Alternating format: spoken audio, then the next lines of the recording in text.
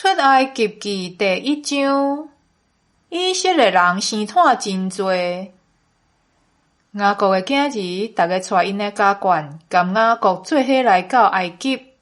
因的名是路邊、西面、利未、猶大、以撒迦、西布倫、便雅憫、但、拿弗他利、迦得甲亞設。雅各的後代攏總70人。約瑟已經佇埃及，約瑟甲伊的兄弟以及因迄代人攏死。毋過以色列人生產真多，非常強盛，遍滿迄個地。以色列人受迫害，後來埃及有毋捌約瑟的新的王起來統治。伊甲伊的人民講：看咧，以色列民族比咱較多，閣較強。咱着想一個好辦法來對付因，才免因人口加添。真正發生的時，聯合咱的對敵，甲咱攻擊，離開這個地。埃及人就派督工管轄因，強迫因做苦工，壓迫因，互因佇比東甲蘭塞為埃及王去囤積物資的城。毋過埃及人愈幹壓迫，因人口愈多。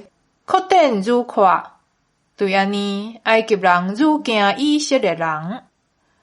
埃及人強迫以色列人做苦工，互因生活困苦。無論抄黏土、做磚，還是佇野地做工，埃及人攏嚴厲對待因。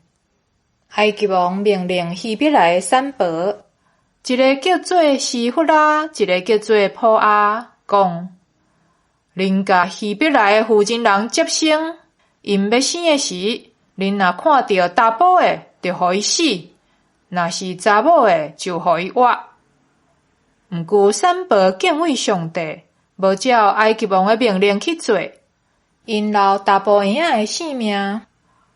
埃及王叫산婆來，甲因講：恁是安怎留查甫嬰仔的性命？